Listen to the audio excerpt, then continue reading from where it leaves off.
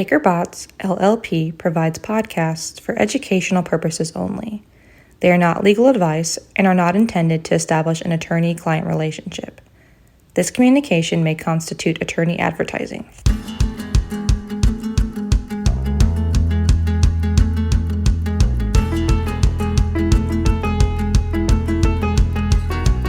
Welcome to the Lawful Influence Podcast, where we pull back the curtain on legal issues in the world of campaign finance and lobbying. I'm your host, Sterling Marchand, coming to you from Washington, D.C. In this episode, entitled Agent Smith Goes to Washington, we are analyzing a proposal that the Federal Election Commission discussed at its recent meeting, and that is the use of artificial intelligence in campaign advertising and solicitations. The FEC is considering whether there should be an explicit prohibition on the use of, quote, deceptive AI in the context of campaign advertising. Now, as you are probably aware, AI tools can be used to generate a wide variety of content: photographs, videos, news articles, audio, and more. Everyone right now is talking about AI, how it can be used, how it should be used, and what the implications are when we reach the point where we can't quite be sure that what we are seeing is real. Now the FEC is wading into this debate, asking for comments on whether it should initiate rulemaking regarding the use of AI in campaign advertising. The public has through October 16th to comment on this, and if you are a PAC that engages in campaign advertising, or an AI company, or even just a company that uses AI, I would strongly suggest you do so. Because while good-intentioned, any rule criminalizing how political organizations communicate with the public has the potential to chill legitimate free speech, and has the potential to restrict the many legitimate uses for AI technology. There's also an open question as to whether such a rule is even necessary or a permissible use of the FEC's existing statutory authority. So we'll cover each of those points in a minute, but first, let's talk about why this is coming up now. In July of this year, the FEC received a request from the group Public Citizen petitioning the FEC for a rulemaking. The letter requests that the FEC amend its regulations to clarify that the existing campaign finance law against fraudulent misrepresentation also applies to, quote, deceptive AI campaign communications. Now, the current regulation prohibits fraudulently deceiving the public or potential donors by purporting to be speaking, writing, or otherwise acting on behalf of another candidate or party. The Public Citizen Group wants the FEC to make clear that these existing regulations also prohibit the use of deliberately false AI-generated content. To justify the need for this amendment, Public Citizen highlights the advances in artificial intelligence generally and includes a number of examples of deepfake technology being used in political videos. Now, deepfakes are a term of art that refer to videos that have been digitally manipulated to replace one person's actual image so that they appear to be someone else. In other words, video can be shot using one person and then digitally altered to impose someone else's likeness onto that person.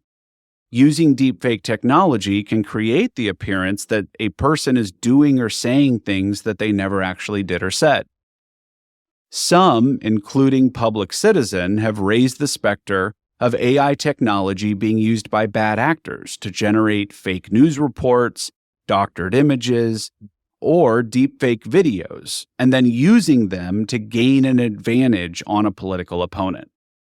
They argue that this technology can be used to deceive voters, and if the public can't tell that the media is fake, it may sway voters with disinformation.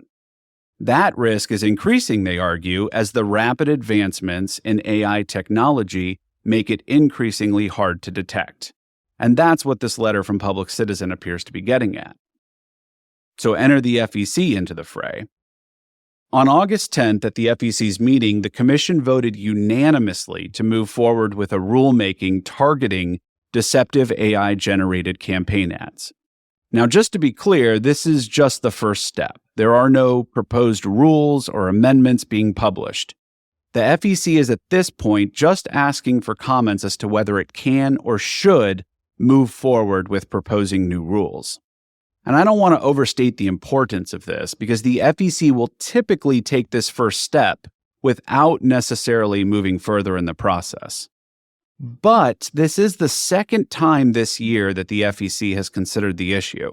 And given the heightened attention to AI currently, along with a number of the FEC commissioner's statements, it seems to suggest that they are ready to take a more aggressive stance. Now, if the FEC decides to go forward with this rulemaking on AI content, I want to cover 3 areas or problems that they are going to need to address. And the first issue is simply timing. As I mentioned earlier, the period for comment on this initial notice is through October 16th.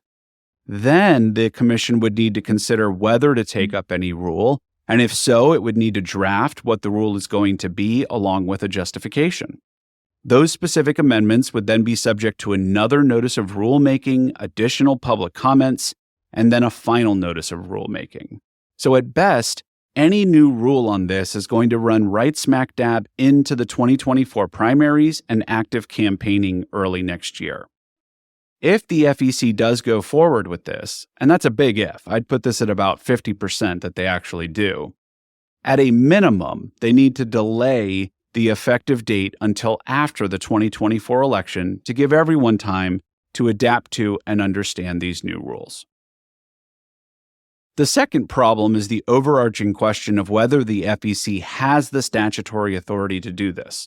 Like all executive agencies, the FEC only has the power explicitly granted to it by Congress, and Congress has not directly addressed this issue of AI in campaign ads.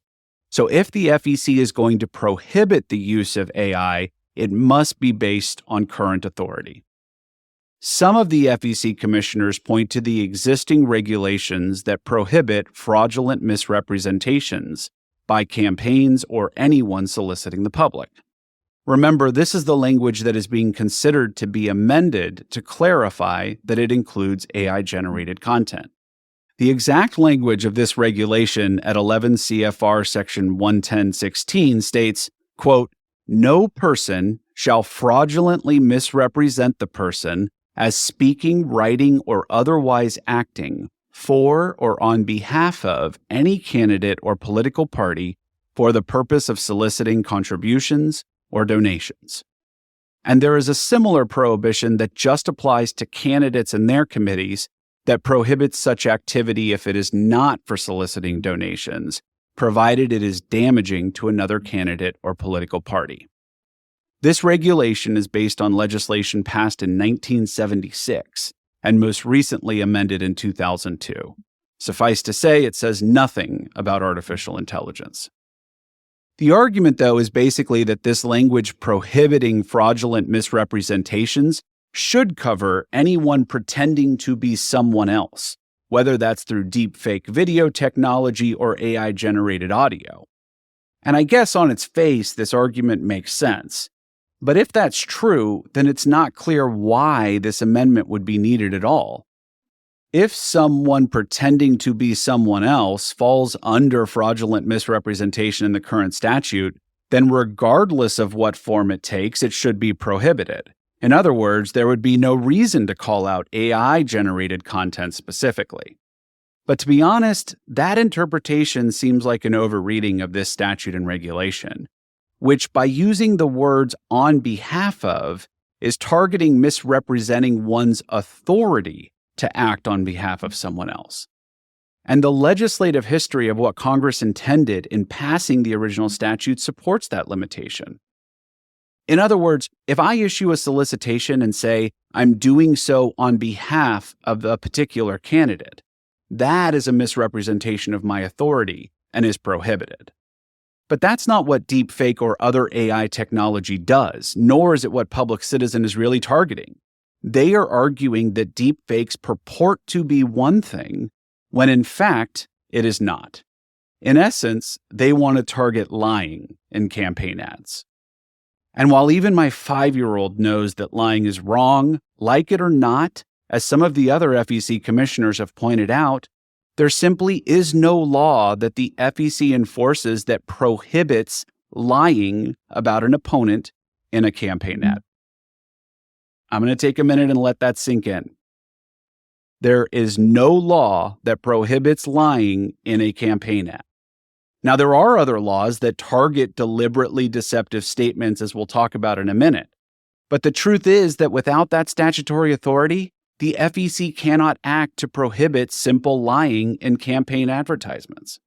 And interestingly enough, in support of that view, the FEC has for years asked Congress to expand campaign finance prohibitions on fraud to include other fraudulent behavior, including, for example, scam PACs that purport to raise funds for one purpose, but then only spend money on further fundraising activity. Now, some states have tried to fill in the gap by prohibiting false statements in political advertisements. For example, one state banned political ads that the person knows or should reasonably be expected to know are false.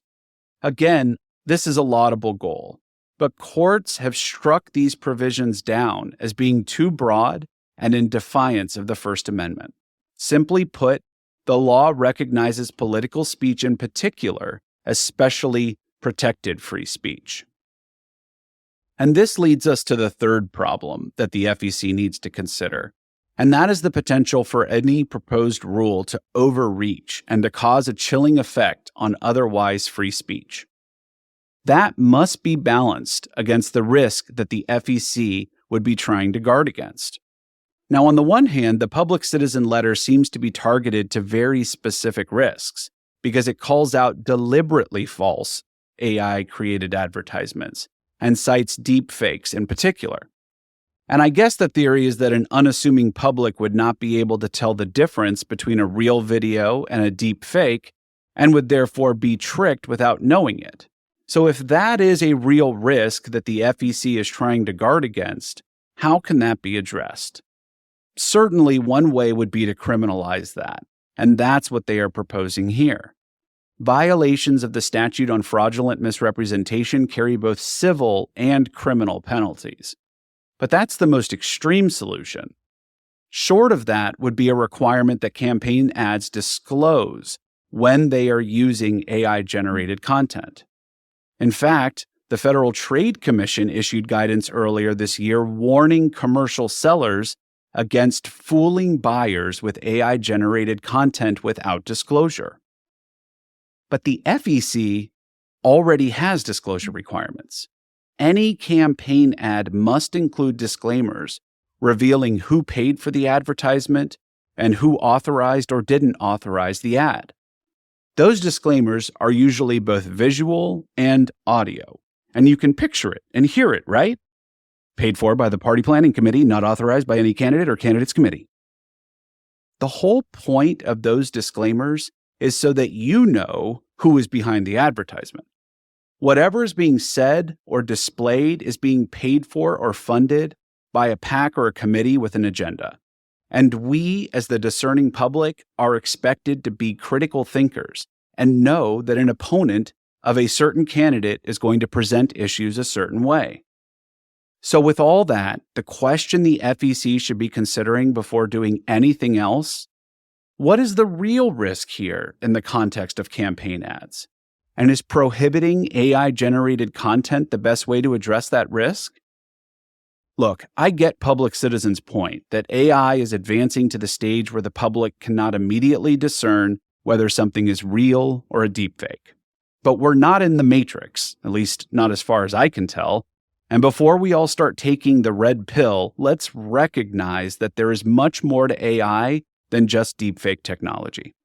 And there is a risk that a proposed rule by the FEC will sweep more broadly to encompass AI-generated content in general. And even if it doesn't do so explicitly, it may do so in effect if PACs and campaigns fear using any AI-generated content at all.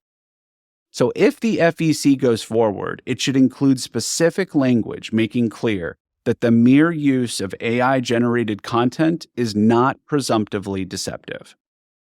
Look, I'm not talking about opening the floodgates on deliberate lies in campaign ads. We already have laws against that in the form of defamation, common law fraud, and prohibitions on misleading or deceptive commercial speech. And even the raising of money through deceptive practices can and has been targeted under the mail or wire fraud statutes.